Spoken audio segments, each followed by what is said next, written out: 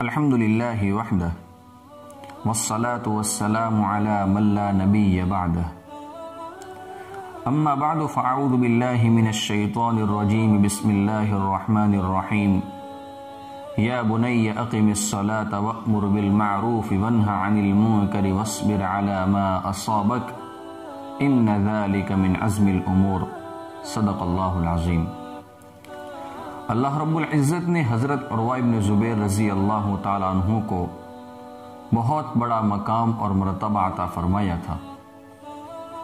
حضرت عروہ بن زبیر رضی اللہ تعالیٰ عنہ کو اللہ تبارک و تعالیٰ نے دو بہت بڑی آزمائشوں کے اندر مبتلا کیا تھا۔ نمبر 1، ولید ابن عبد الملک کی دعوت کے اوپر آپ وہاں پر پہنچتے ہیں اور ایک حادثے کے اندر آپ کے بیٹے کا انتقال ہو جاتا ہے۔ نمبر 2، اس حادثے کے بعد حضرت عروہ ابن زبیر رضی اللہ تعالی عنہ کے پاؤں میں ایسا پھوڑا نکل آتا ہے کہ جس کی وجہ سے آپ کا پاؤں مبارک آپ کے جسم سے جدا کر دیا جاتا ہے۔ یہ دو بہت بڑی آزمائشیں اور دو بہت بڑی مصیبتیں آپ کو پہنچی تھی، اور یہ سارا تفصیل کے ساتھ واقعہ میں آپ کی خدمت میں بیان کر چکا ہوں۔ آپ میں سے جن حضرات نے اس واقعے کو نہیں سنا ہے، میں نیچے ڈسکرپشن میں اس کی لنک دے دیتا ہوں، آپ وہاں پر جا کر اس واقعے کو سن لیں۔ اب یہ واقعہ وہاں سے آگے بڑھتا ہے۔ جب حضرت عروہ ابن زبیر رضی اللہ تعالیٰ عنہ کو یہ دو مصیبتیں پہنچی ہیں تو ولید ابن عبد الملک بہت پریشان تھا۔ ولید ابن عبد الملک یہ چاہتا تھا کہ جو مصیبتیں حضرت عروہ ابن زبیر رضی اللہ تعالیٰ عنہ کو پہنچی ہے تو ان مصیبتوں کے اندر میں حضرت عروہ ابن زبیر رضی اللہ تعالیٰ عنہ کو تسلی دوں، آپ کے بیٹے کی وفات کے اوپر آپ کی تعزیت بھی کروں، اور جو مصیبت آپ کو پہنچی ہے میں اس مصیبت کو اور اس مصیبت کے غم کو دور تو نہیں کر سکتا ہوں، لیکن میں آپ کو تسلی دوں۔ لیکن اس کو سمجھ میں نہیں آتا تھا کہ وہ کس طریقے سے تسلی دے، چونکہ حضرت عروہ ابن زبیر رضی اللہ تعالیٰ عنہ کا مقام اور مرتبہ بہت بڑا تھا۔ اسی دوران ولید کے دارالخلافہ کے اندر بنو عبس کے لوگوں کی ایک جماعت پہنچتی ہے، اور اس جماعت کے اندر ایک شخص نابینا تھا، اس کی آنکھ صحیح نہیں تھی۔ ولید ابن عبد الملک نے اس سے پوچھا کہ تمہاری آنکھوں کو کیا ہوا ہے؟ تم کیا پیدائشی نابینا ہو یا بعد میں کوئی ایسی مصیبت پہنچی ہے کہ جس کی وجہ سے آپ کی آنکھیں چلی گئی ہیں؟ اب میرے دوستو، اس واقعے کے اندر ہمارے لیے بھی بہت بڑا سبق ہے۔ تو شخص نے کہا، یا امیر المؤمنین، اے امیر المؤمنین، لم یکن فی بنی عبس رجل اوفر منی مالا ولا اکثر اہلا وولدا۔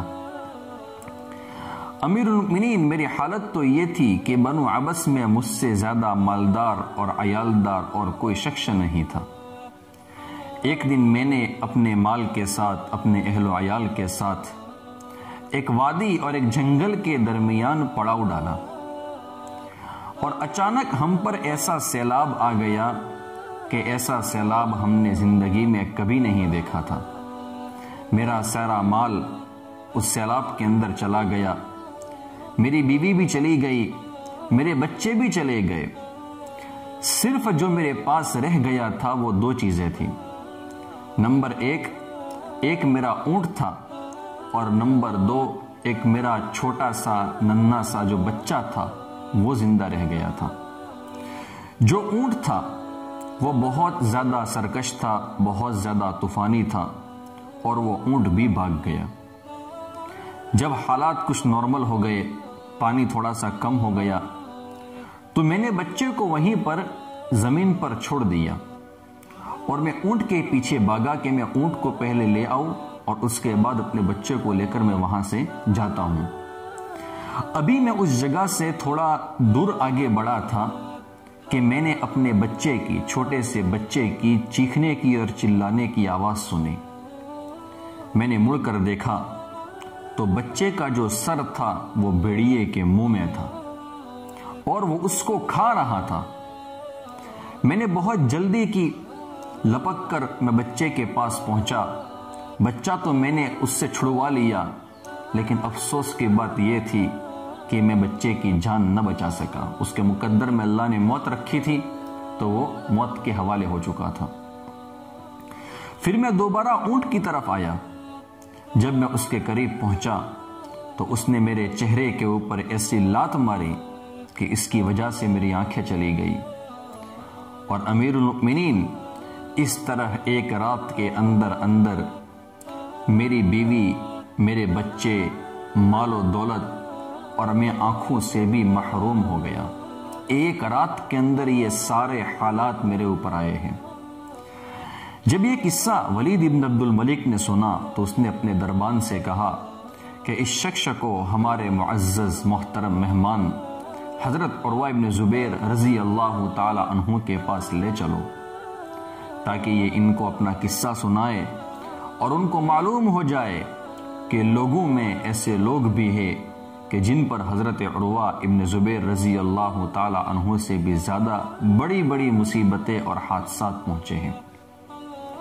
وہاں پر کیا ہوا؟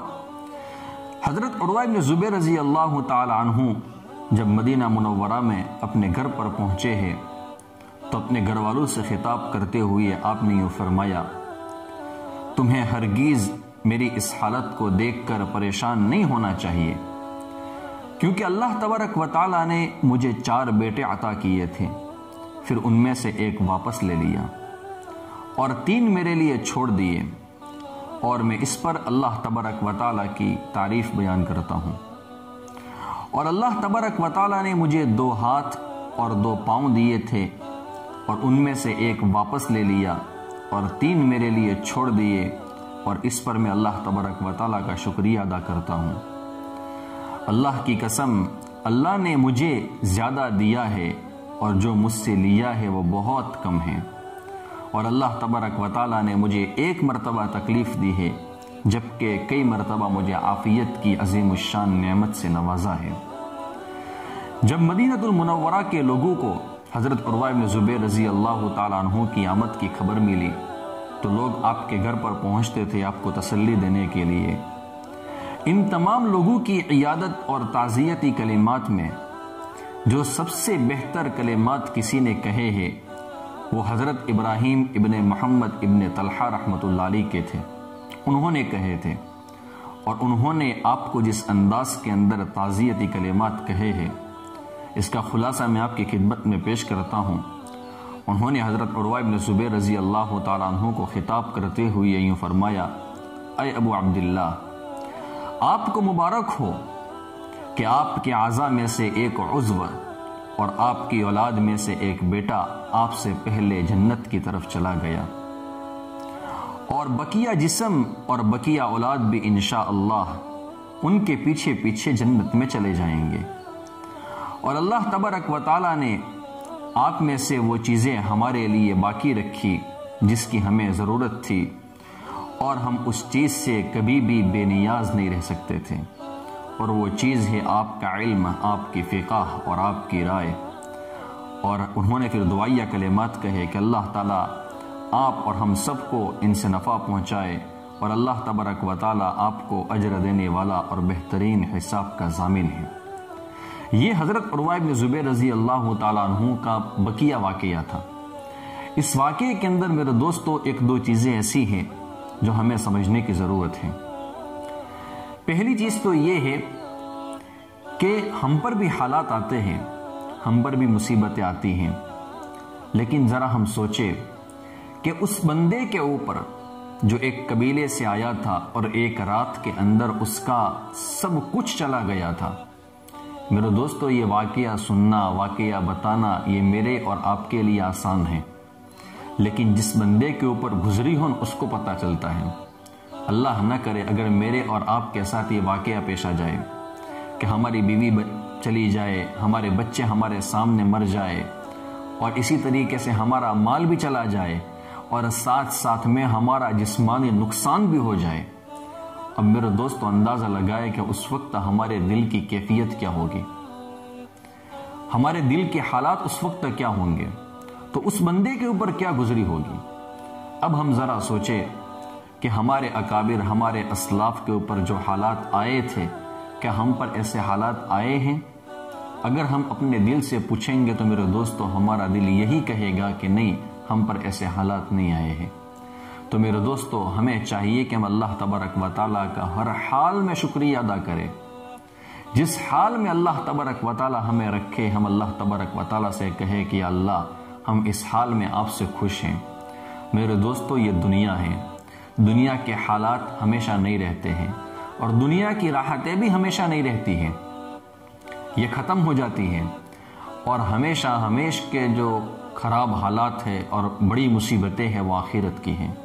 اگر اللہ تبارک و تعالی ہمیں دنیا کے اندر کچھ حالات کے اندر مبتلا کر دیتا ہے اور آخرت کے بڑے حالات اور بڑی آزمائشوں سے اللہ ہمیں بچا لیتا ہے تو یہ ہمارے لیے سستا سودا ہے۔ ہم سب دعا کرتے اللہ تبارک و تعالی سے کہ اللہ تبارک و تعالی حالات سے ہمیں بچائے اور ہمیں عافیت کی عظیم الشان نعمت سے نوازے۔ حضرت عروہ بن زبیر رضی اللہ تعالیٰ عنہ کی سیرت کے اوپر ہمیں عمل کرنے کی توفیق عطا فرمائے، اور آپ نے اپنی اولاد کو وقتاً فوقتاً جو نصیحتیں کی تھی وہ انشاءاللہ میں آپ کی خدمت میں بعد میں بیان کروں گا۔ اللہ تبارک و تعالیٰ ہم سب کو عافیت عطا فرمائے، آمین یا رب العالمین، وآخر دعوانا ان الحمد للہ رب العالمین۔